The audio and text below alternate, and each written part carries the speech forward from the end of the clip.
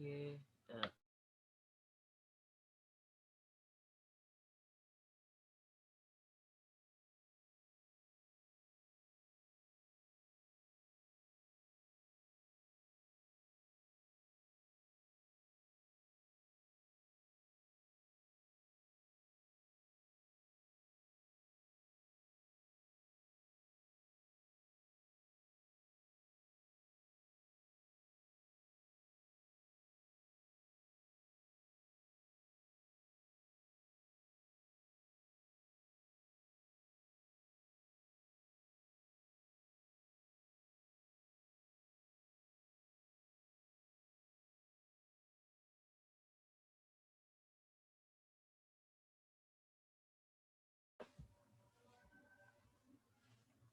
सही इनको एडमिट करते रहे।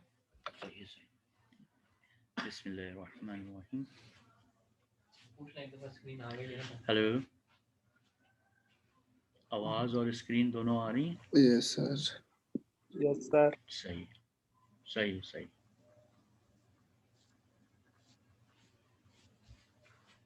अगर ये किसी वक्त भी डिस्कनेक्ट हो जाए ना तो परवाह नहीं कीजिएगा, 1 आध मिनट के अंदर ही कनेक्ट हो जाता है दोबारा, क्योंकि मेरा लैपटॉप जो है या तो इसमें कोई वायरस आ गया है या कोई प्रॉब्लम आ गई है, ये बार बार इंटरनेट को डिस्कनेक्ट करता है। अभी भी ये 2 मरतबा करने के बाद ये अब आया है। अच्छा जी, तो बिस्मिल्लाह करते हैं। आ रहे हैं बच्चे, अभी 16 17 हो गए। अच्छा जनाब, मॉडर्न फिज़िक्स बहुत सारी बेसिक बातें आपको बताई जा रही हैं। अभी तो चैप्टर शुरू नहीं हुआ हमारा, लेकिन जो बातें बहुत ज़रूरी हैं आपके लिए उन पे हम डिस्कशन करते रहें। और लास्ट जहाँ हमने छोड़ा था वो ये था कि इलेक्ट्रोमैग्नेटिक स्पेक्ट्रम क्या होता है, और एक इक्वेशन क्लासिकल इक्वेशन कहलाती है ये। इसमें हमने ये देखा था कि वेव्स कैसे प्रोड्यूस होती हैं। अब मैंने आपको इसकी एक एग्जांपल दी थी, और ये एग्जांपल आपको आपके कोर्स से ही रिलेटेड दी थी जो आप पहले पढ़ चुके हैं, कि अगर हम किसी भी मैकेनिकल ऑसिलेटर पर गौर करें और उसकी इक्वेशन बनाएं तो आप देखते हैं कि एक बड़ी सिंपल इक्वेशन बन जाती है कि acceleration directly proportional to displacement, K और एम दोनों कांस्टेंट हैं। सिंपल हार्मोनिक मोशन की इक्वेशन बन जाती है।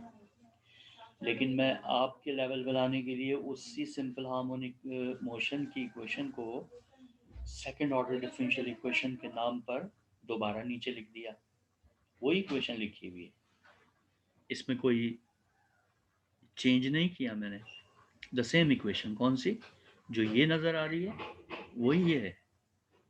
इसमें इस कांस्टेंट को मैंने रिप्लेस कर दिया, अनदर कांस्टेंट, ओमेगा स्क्वायर।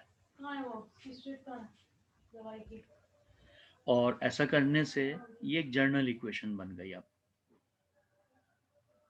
अगर इस सेकेंड ऑर्डर डिफरेंशियल इक्वेशन को हम सॉल्व करें जो उसके तरीक़ेकार हैं, तो ये बराबर आता है, इसका रिजल्ट x बराबर है X not cos omega T plus Y. किसी वक्त मैं आपको इसका सोल्यूशन बता दूंगा, लेकिन यहाँ इस सोल्यूशन को करने की ज़रूरत नहीं है और ना आपसे पूछा जाएगा फ़िलहाल। वो इसलिए कि ये तो मैं आपको अदर दैन द सिलेबस या डिस्कशन समझा रहा हूँ। तो इक्वेशन का जो रिजल्ट है वो हमें ये बता रहा है कि x यानी displacement is a periodic function of time. कि डिस्प्लेसमेंट जो है वो टाइम का पीरियोडिक फंक्शन है। और अगर मैं इसको ग्राफिकली रिप्रेजेंट कर लूँ तो ये इक्वेशन, ये ग्राफ हासिल हो जाएगा। इसका मतलब इसमें बड़ा आसान सा आपको नज़र आ रहा है कि एक मैकेनिकल ऑसिलेटर की मोमेंट यानी सिंपल हार्मोनिक मोशन यानी वाइब्रेशंस एक वेव जनरेट कर रही हैं। जिसमें कंटिन्यूटी सबसे इम्पोर्टेंट बात है। यानी मैं जो आपको बताना चाह रहा हूँ इस ग्राफ के लिहाज से वो ये है कि टाइम एक्सेस पर ये इसी तरह कंटिन्यूस रहेगा। फर्क पड़ेगा तो इसके एम्पलीट्यूड पे फर्क पड़ेगा, एक्स नॉट। टाइम के साथ साथ उसमें कमी आती चली जाएगी, वो भी उस वक्त कि अगर रेजिस्टेंस मौजूद हो तब, वरना ये एज इट इज रहेगा, वो वाइब्रेट करता रहेगा और ये वेव जनरेट करता रहेगा। एक और एग्जाम्पल देखिए, किसी जगह, किसी पूल में या किसी झील में या किसी जगह पर पानी खड़ा हुआ है। थोड़ी देर के लिए तस्वीर कर लें कि पानी साकित है बिल्कुल। अब आप एक स्टिक लीजिए और उसे बार बार डिप कीजिए एक ख़ास फ्रीक्वेंसी से। डिप कीजिए, बाहर निकालिए, डिप कीजिए, बाहर निकालिए, तो आप क्या देखेंगे, पानी की सतह पर वेव नमूदार हो जाएंगी, कंटिन्यूस होंगी, और जहाँ तक मीडियम यानी पानी है वहाँ तक वो आपको बनती हुई और जाती हुई नजर आएंगी। तो क्या देख रहे हैं आप, स्टिक को वाइब्रेट कर रहा है, ऑसिलेट कर रहे हैं, रिजल्ट आपको मीडियम में क्या मिल रहा है, वेव की शक्ल में। इसे सर कहते आपके हैं, बैकग्राउंड में कोई शोर आ रहे हैं, समझ नहीं आ रहा। अच्छा सही है, इसे कहते हैं मैकेनिकल ऑसिलेटर। चुनाचे जो वेव बनेगी वो भी मैकेनिकल वेव कहलाएगी। अब देखिए, मैंने जिस जमाने की बात में इस वक्त कर रहा हूँ, सस्ती थी, सस्ती थी, महंगी थी, बहुत सस्ती। सस्ती है। जिस मैकेनिकल ऑसिलेटर की मैं बात कर रहा हूँ या जिस ज़माने की मैं बात कर रहा हूँ, अगर हम एटम तस्वुर करें कि एटम वाइब्रेट कर रहा है, तो एटम कौन सा है इस वक्त हमारे पास, डॉल्टन का एटॉमिक मॉडल। डॉल्टन का atomic model, plum pudding model, जो पीछे बताकर आ रहा हूँ मैं अभी आपको। सारा मास पॉजिटिवली चार्ज है, नेगेटिव चार्जेस उसकी सतह पे बैठे हुए हैं, ये मॉडल था। यानी इलेक्ट्रिक फील्ड का तस्वुर भी था, मैग्नेटिक फील्ड का तस्वुर, और इसको हम एक इलेक्ट्रोमैग्नेटिक ऑसिलेटर कह सकते हैं। अभी मैं बात कर रहा था आपसे क्लासिकल यानी मैकेनिकल ऑसिलेटर, लेकिन अब उस जगह पर तस्वुर कीजिए कि ये मैकेनिकल ऑसिलेटर है, तो सॉरी इलेक्ट्रोमैग्नेटिक ऑसिलेटर है। इलेक्ट्रोमैग्नेटिक ऑसिलेटर क्या करेगा, इलेक्ट्रोमैग्नेटिक वेव्स प्रोड्यूस करेगा। इसका मतलब जितनी भी चीज़ें उनमें एटम्स मौजूद हैं, और हमारे नज़दीक एटम प्लम पुडिंग मॉडल है इस वक्त। जब वो वाइब्रेट करता है तो वो जो वेव जनरेट करता है उसे हम इलेक्ट्रोमैग्नेटिक वेव्स कहते हैं। द सेम इक्वेशन, एक्स के बजाय ई या बी आ जाएगा, और द सेम वेव रिप्रेजेंटेशन। यहाँ बार बार कहने का मतलब मुझे इस ग्राफ से ये शो करना है कि जब तक मैकेनिकल ऑसिलेटर ऐसे ऑसिलेट करेगा या इलेक्ट्रोमैग्नेटिक ऑसिलेटर ऑसिलेट करेगा, वो वेव जनरेट करेगा। मैकेनिकल वेव, और electromagnetic oscillator electromagnetic waves. This one, ये क्लासिकल कॉन्सेप्ट है, ये मैक्सवेल के पास भी यही था, और उससे पहले जितने भी लोग गुजरे हैं उनके पास भी यही कॉन्सेप्ट था। यानी वेव में कंटिन्यूटी होती है और पार्टिकल में डिसकंटिन्यूटी होती है। चलें जनाब, यहाँ तक तो बात हो गई। सारी बातें जो चार मैंने आपको समझाई हैं उनको बहुत अच्छी तरह जहन में रखिए। नंबर 1, सर एक सवाल है सर। जी बोले। सर जो आप ये वेव पार्टिकल का जो डिफरेंस समझा रहे हैं, सर जो वेव होती है वो भी तो पार्टिकल से ही बनती है। Particles to and fro motion करते हैं सर, उसी के नतीजे में तो बनती है। तो सर ये मैकेनिकल डिफरेंट वेव, कैसे होगा सिर्फ दोनों मैकेनिकल वेव। जो आप बात कर रहे हैं ये नहीं सर, जो आप मैकेनिकल वेव, इलेक्ट्रोमैग्नेटिक में नहीं। इलेक्ट्रोमैग्नेटिक मिसाल के तौर पर कोई एक वेव सन से आप तक आ रही है तो उसका जो प्रोडक्शन जी हो रहा है वो सन पर जो आपका ऑसिलेटर है वो ऑसिलेट कर रहा है। टेम्परेचर जी की सर, वजह ठीक से, है। लेकिन जो एनर्जी वो आपको दे रहा है वो in terms of electromagnetic waves पहुंचा रहा है, वो खुद तो वहां से यहाँ नहीं आया। सही है सर। तो इलेक्ट्रोमैग्नेटिक वेव एनर्जी का मैकेनिज्म है, एनर्जी पहुंचाने का मैकेनिज्म वेव कहलाता है। चलें उसी मिसाल को लीजिए मैकेनिकल में, मैंने आपसे कहा स्टिक डिप कीजिए, बार बार डिप कीजिए, वेव बनेंगी। स्टिक की पोजीशन भी वही है जहां आप कर रहे हैं, लेकिन क्योंकि वो मीडियम पे डिपेंड कर रही है, अगर पानी ना हो तो कोई वेव नहीं होगी पानी की, सही उसे हम सर। मैकेनिकल वेव कहते हैं।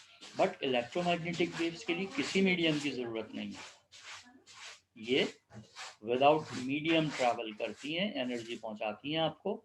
वहां भी आपकी दी हुई वर्क को एनर्जी की शक्ल में उस जगह तक पहुंचाया जा रहा है जहां तक पानी मौजूद है। ट्रांसफर ऑफ एनर्जी हो रहा है वो बेसिकली। और द ट्रांसफर ऑफ एनर्जी, जो भी मैकेनिज्म होता है एनर्जी के ट्रांसफर का, वो ऑलवेज द वेव मोशन, वो वेव मोशन होता है। तो यहाँ अभी जब आप आगे बढ़ेंगे तो ये बात और वाज़ेह हो जाएगी, क्लियर हो जाएगी। अब मैं आपको यही ट्रांसफ़र ऑफ एनर्जी की कुछ बातें तफसील से यहाँ पर मैं बता रहा हूँ और इसकी डेफिनेशन भी प्रोवाइड कर रहा हूँ। आप लिखते रहिएगा ज़रूर इसको, क्योंकि अभी मेरे पास उसका PDF नहीं है, लेकिन मैं इंशाल्लाह अभी जो नेक्स्ट आपको PDF दूंगा उसके अंदर काफ़ी चीज़ें आपको मिल जाएंगी। फिलहाल लिख लीजिएगा, हेडिंग दीजिएगा ट्रांसफ़र ऑफ एनर्जी, और ट्रांसफ़र ऑफ एनर्जी कहते हुए ब्रैकेट में लिख दीजिएगा। Sir 1 minute sir. जी जी।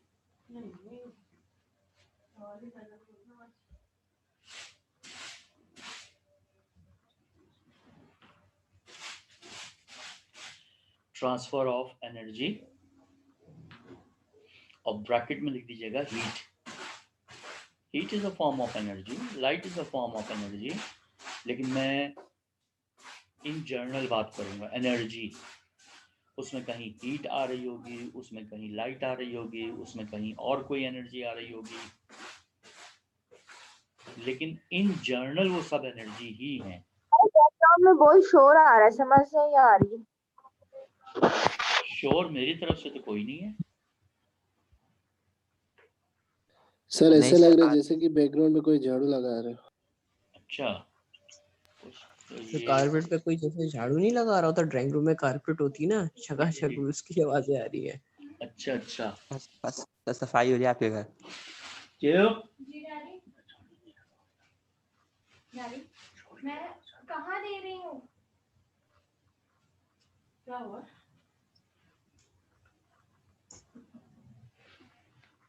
हाँ सही है, बाहर स्वीपर आया हुआ था।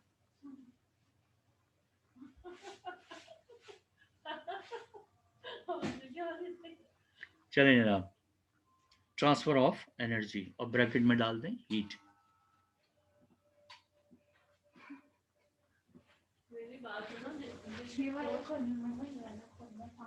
There are three methods.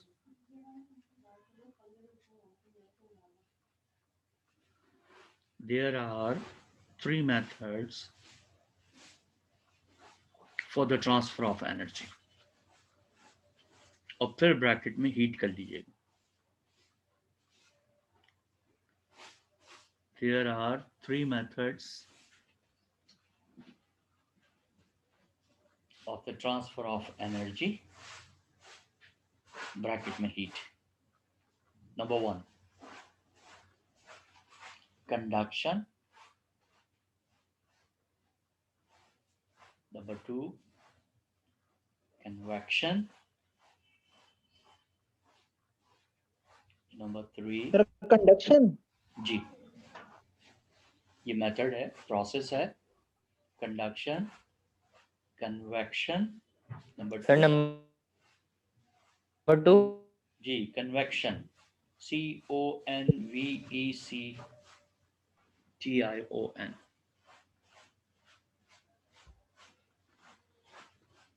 Convection. और तीसरा है रेडिएशन।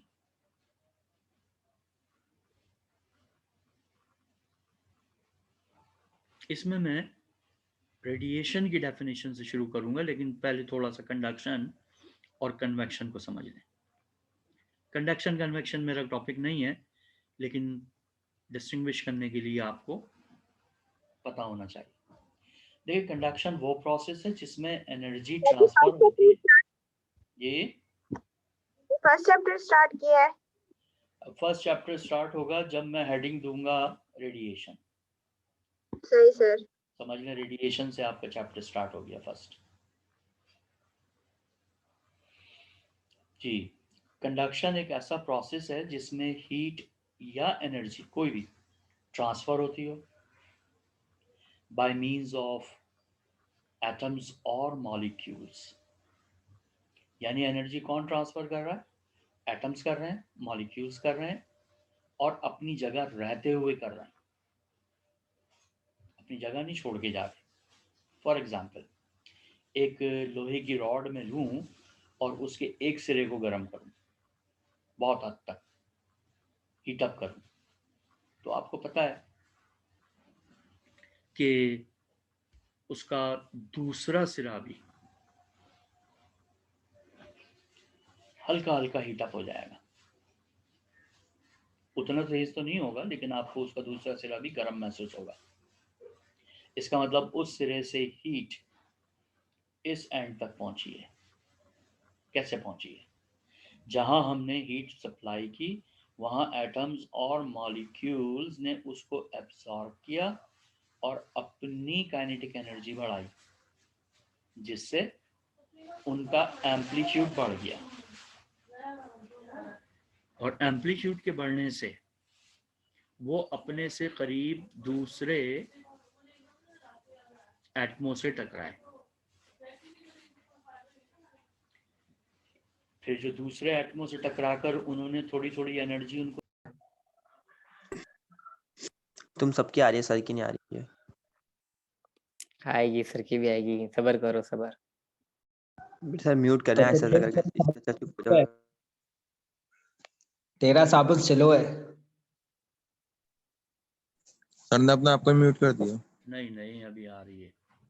वो दरअसल वो ख़त्म होता है हमारा वाईफाई। ये लैपटॉप ड्रामेबाजी कर रहा है। अब आ रही है आवाज़ सबको? जी सर, आ रही है। जी जी जी जी सर, आ रही। तो अब स्क्रीन शेयर।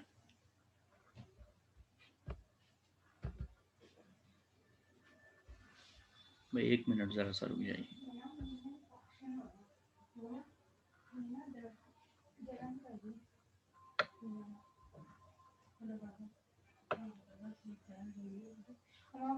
अभी नाश्ता किया मैंने? नहीं, मैं सिर्फ दिखा रही हूँ तुमको।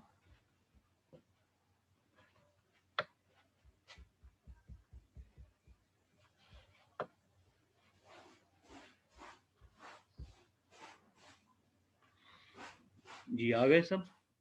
26 थे, 3 और आ गए। 29 सही है जी। तो बात हो रही यस थी सर। हमारी कि एटम इसी तरह अपनी जगह पर रहते हुए वाइब्रेट कर रहे हैं और एनर्जी को आगे पहुंचाते जा रहे हैं। ये मेथड यकीनन मीडियम पे डिपेंड करेगा। एटम और मॉलिक्यूल्स की बात कर रहा हूँ मैं, मीडियम डिपेंडेंट हुआ। लेकिन इसमें एटम या मॉलिक्यूल अपनी जगह जा नहीं सकता छोड़ के, अपनी जगह रहते हुए एनर्जी को आगे ट्रांसफर कर रहा है। इसको हम कहेंगे कंडक्शन। कंडक्शन सबसे ज़्यादा रिच सॉलिड में होता है, क्योंकि आपको पता है सॉलिड में तो एटम के पास जगह ही नहीं होती एक जगह से दूसरी जगह जाने की। वो अपनी जगह रहते हुए वाइब्रेट करता है सिर्फ। इसी तरीके से कन्वेक्शन में एटम या मॉलिक्यूल अपनी एनर्जी खुद जाके ट्रांसफर करता है। यकीनन ऐसा लिक्विड और गैसेस में होगा। तो लिक्विड में और गैसेस में कन्वेक्शन होता है, लेकिन एक बात ध्यान में ज़रूर रखिएगा कि लिक्विड और गैसेस में कंडक्शन भी होता है, पुअर होता है। ऐसा नहीं है कि आप कहेंगे नहीं लिक्विड और गैसेस के अंदर कंडक्शन नहीं होता। पुअर सर होता है जी सर जी जी। एक और टर्म होती है इंडक्शन, उसका भी डिफरेंस बता दें। नहीं, इंडक्शन का इससे कोई ताल्लुक नहीं है। सही सर। इंडक्शन का लफ्ज उस वक्त यूज होता है जब कोई ऐसी चीज इन्वॉल्व होने लगे किसी फिनोमिना में जिसकी वहां कोई जरूरत ही ना हो और ना कोई रीजन हो सही उसकी वहां होने की। सही यानी सही। अगर मैं आपसे ये कहूं कि एक वायर में करंट गुजर रहा है तो बात सही है क्योंकि उसमें बैटरी लगी हुई होगी, लेकिन मैं कहूं उसके सराउंडिंग में मैग्नेटिक फील्ड पैदा हो गई तो दैट इज कॉल्ड इंडक्शन। असर लिया उसने कोई, क्या मैग्नेटिक फील्ड कहां से आ गई? देयर इज नो मैग्नेट, दूर दूर तक कोई मैग्नेट नहीं है, तो इसे ओके कहते हैं इंडक्शन। इंडक्शन का यहाँ कोई ताल्लुक नहीं है। जो ट्रांसफर ऑफ हीट के हम मेथड पढ़ रहे हैं, कंडक्शन और कन्वेक्शन हुआ, दोनों के अंदर मीडियम इन्वॉल्व हो रहा है। कंडक्शन सिर्फ सॉलिड्स में होता है, रिच लिक्विड में भी होता है, ट्रांसफर ऑफ एनर्जी पढ़ रही है, ट्रांसफर ऑफ हीट पढ़ रही है जी। ये पुअर होता है गैसेस और लिक्विड के अंदर। सर। कन्वेक्शन सिर्फ गैसेस और लिक्विड में ही होता है, सॉलिड में नहीं हो सकता। ये भाई आवाज नहीं आ रही क्या? बिल्कुल आ रही है, सबको आ रही है। आ रही है, आवाज आ रही है सर। सर ये मैं पूछ रहा हूँ कि सर ये एनर्जी जो है हम ट्रांसफर ऑफ एनर्जी पढ़ रहे हैं या ट्रांसफर ऑफ हीट पढ़ रहे हैं? हीट क्या चीज है? एक सर ही हीट बात। भी एनर्जी है लेकिन डिफरेंट। नहीं, कोई डिफरेंस नहीं है। आगे जाके आप देखेंगे ये सब इलेक्ट्रोमैग्नेटिक वेव्स ही हैं। हीट पढ़ें, लाइट पढ़ें या किसी और टाइप की एनर्जी पढ़ें, ऑल द इलेक्ट्रोमैग्नेटिक वेव्स।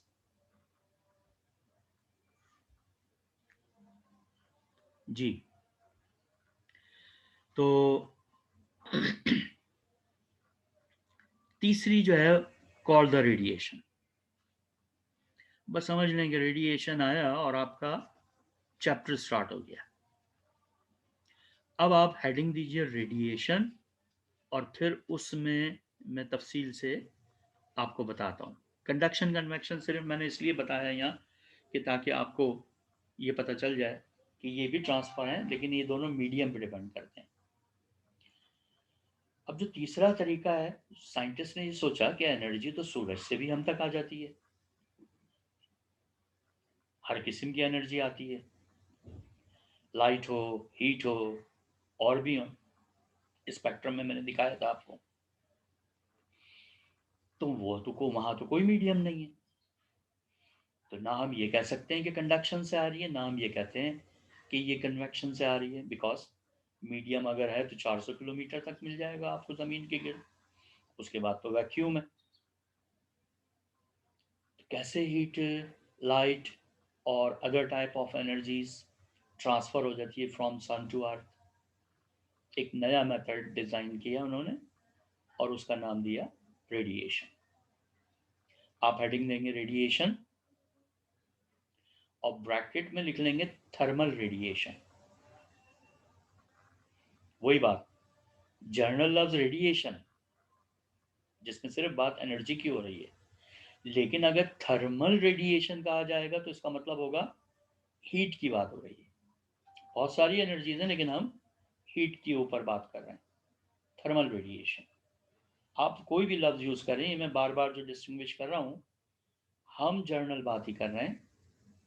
हर किस्म की वेव आती है, सिर्फ लाइट और हीट ही नहीं आती सूरज से हम तक, लेकिन क्योंकि हम इन दो से ज़्यादा वाकिफ हैं इसलिए बार बार ये लफ्ज़ आ जाता है।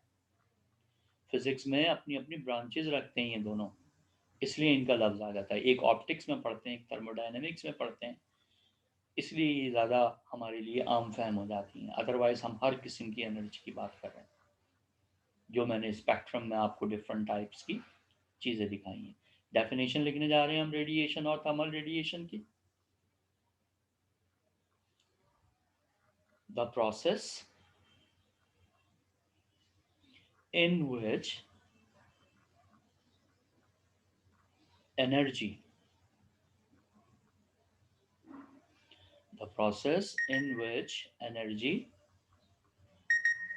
ब्रैकेट में लिख दीजिए thermal energy,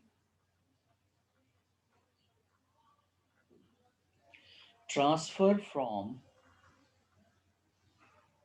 sir transfer from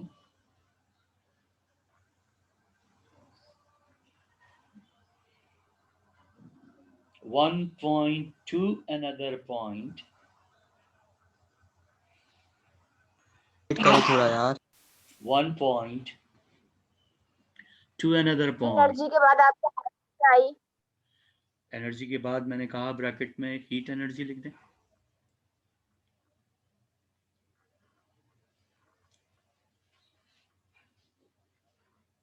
From one point to another point, sir start से बोलिए।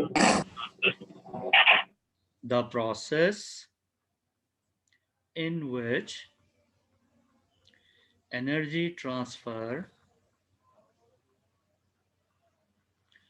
from one point to another point। Sir bracket में हीट के बाद from one point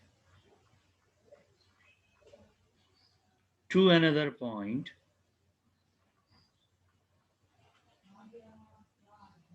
by means of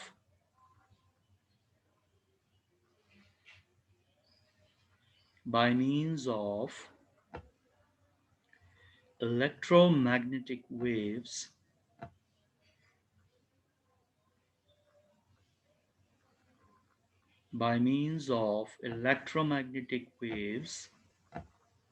is called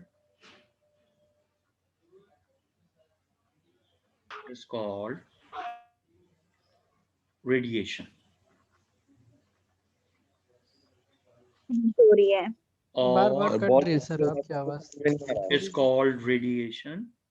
her 2 second बाद आपकी आवाज cut रही है सर। वो उसी की वजह से कट रही सर है। By means of electromagnetic waves by means of के बाद sir electromagnetic waves by means of electromagnetic waves is called radiation। Is called radiation।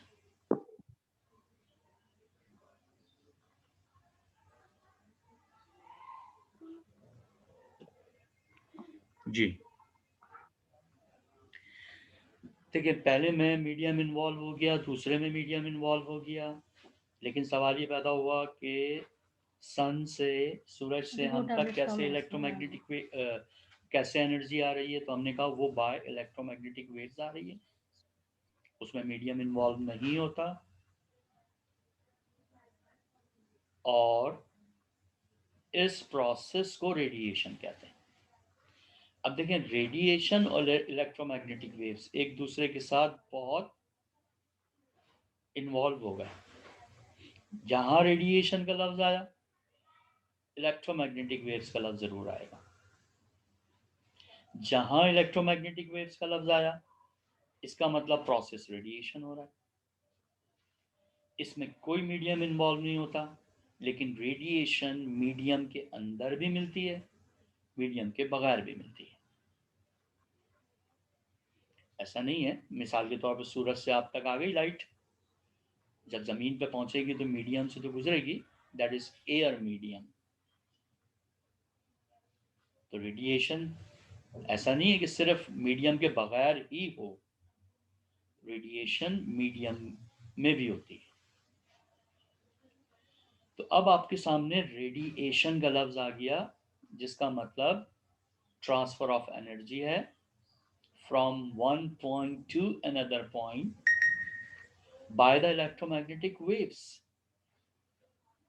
ऐसा इलेक्ट्रोमैग्नेटिक वेव्स करती हैं, चाहे वो लाइट की इलेक्ट्रोमैग्नेटिक वेव्स हो यानी विजिबल, चाहे वो हीट की हो या इंफ्रारेड, या वो किसी और टाइप्स की हो। इलेक्ट्रोमैग्नेटिक स्पेक्ट्रम आपके पास मौजूद है, आप उसके अंदर तफसील से देख सकते हैं कि किस किस किस्म की इलेक्ट्रोमैग्नेटिक वेव्स हैं। चलें जनाब, इसको थोड़ा सा और कंटिन्यू कर लें, फिर बात को आगे बढ़ाते हैं। लास्ट 10 मिनट हैं अब आपके पास। ख्याल रखिएगा, 10 मिनट बाद इसका टाइम कंप्लीट हो जाएगा जी। द रेडिएशन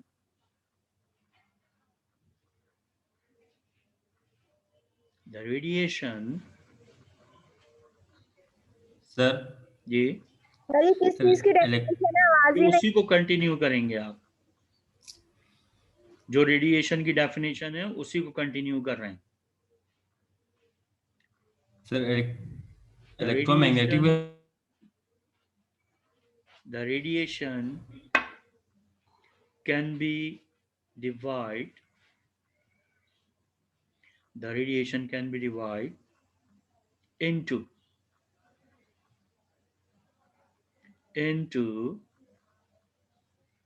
two categories या two classes कह लें, यानी रेडिएशन के साथ जब भी बात होती है तो उसमें दो उसकी किस्में हैं। Number 1, emission of radiation. Electromagnetic. The radiation can be classified into two categories. Emission of radiation. Cut किया सारा फिर।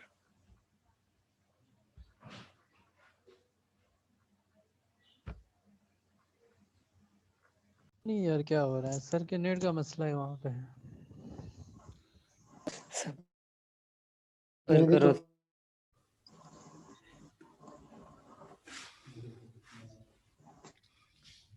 Mehdi onde estamos na?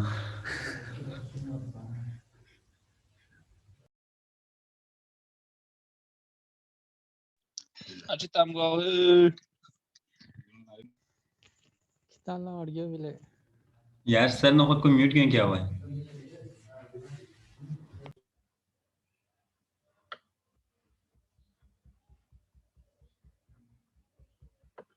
ये जब डिस्कनेक्ट होता है तो ये मुझे म्यूट कर देता है। आ गया है दोबारा। हेलो। यस सर, मैं सवाल पूछ रहा था कि ये जो इलेक्ट्रोमैग्नेटिक वेव्स जनरेट कैसे होगा? इलेक्ट्रोमैग्नेटिक ऑसिलेटर से, अभी बताया था मैंने थोड़ी देर पहले। और इलेक्ट्रोमैग्नेटिक एटम है। सही है जावेद इकबाल साहब, ये दरअसल मेरे ख्याल है देर से इन्होंने ज्वाइन किया है। ये सब बातें अभी तफसील से मैं बता चुका हूँ, रिकॉर्डिंग पे देख लीजिएगा, सुन लीजिएगा। सर मैं पहले जी ज्वाइन किया। नहीं कोई और होगा फिर। सही नहीं है। पहला हम लिख रहे थे इमिशन ऑफ रेडिएशन। सर वो 2 टाइप्स के नाम बता रहे थे आप, वो तो बता दें, आवाज ही नहीं आई थी। हाँ बता तो रहा हूँ। इमिशन ऑफ रेडिएशन, इमिशन, और दूसरा एब्जॉर्प्शन ऑफ रेडिएशन।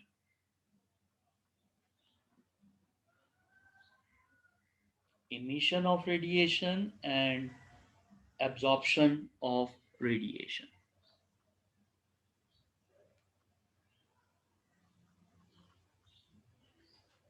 ठीक है।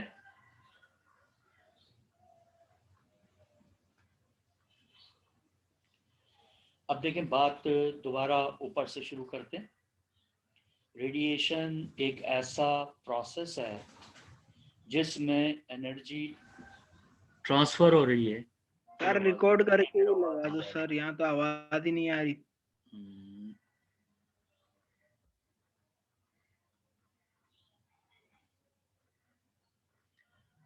एनर्जी एक ऐसा प्रोसेस है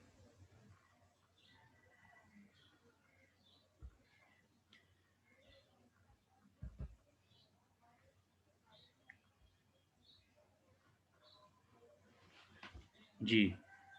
आ रही आवाज? अब सर आवाज नहीं आ रही।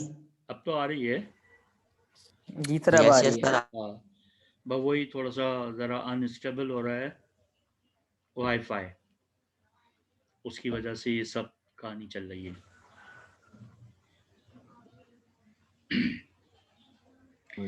जी, तो हम बात कर रहे थे कि इलेक्ट्रोमैग्नेटिक वेव्स के जरिए एनर्जी ट्रांसफर हो रही है एक पॉइंट से दूसरे पॉइंट पर।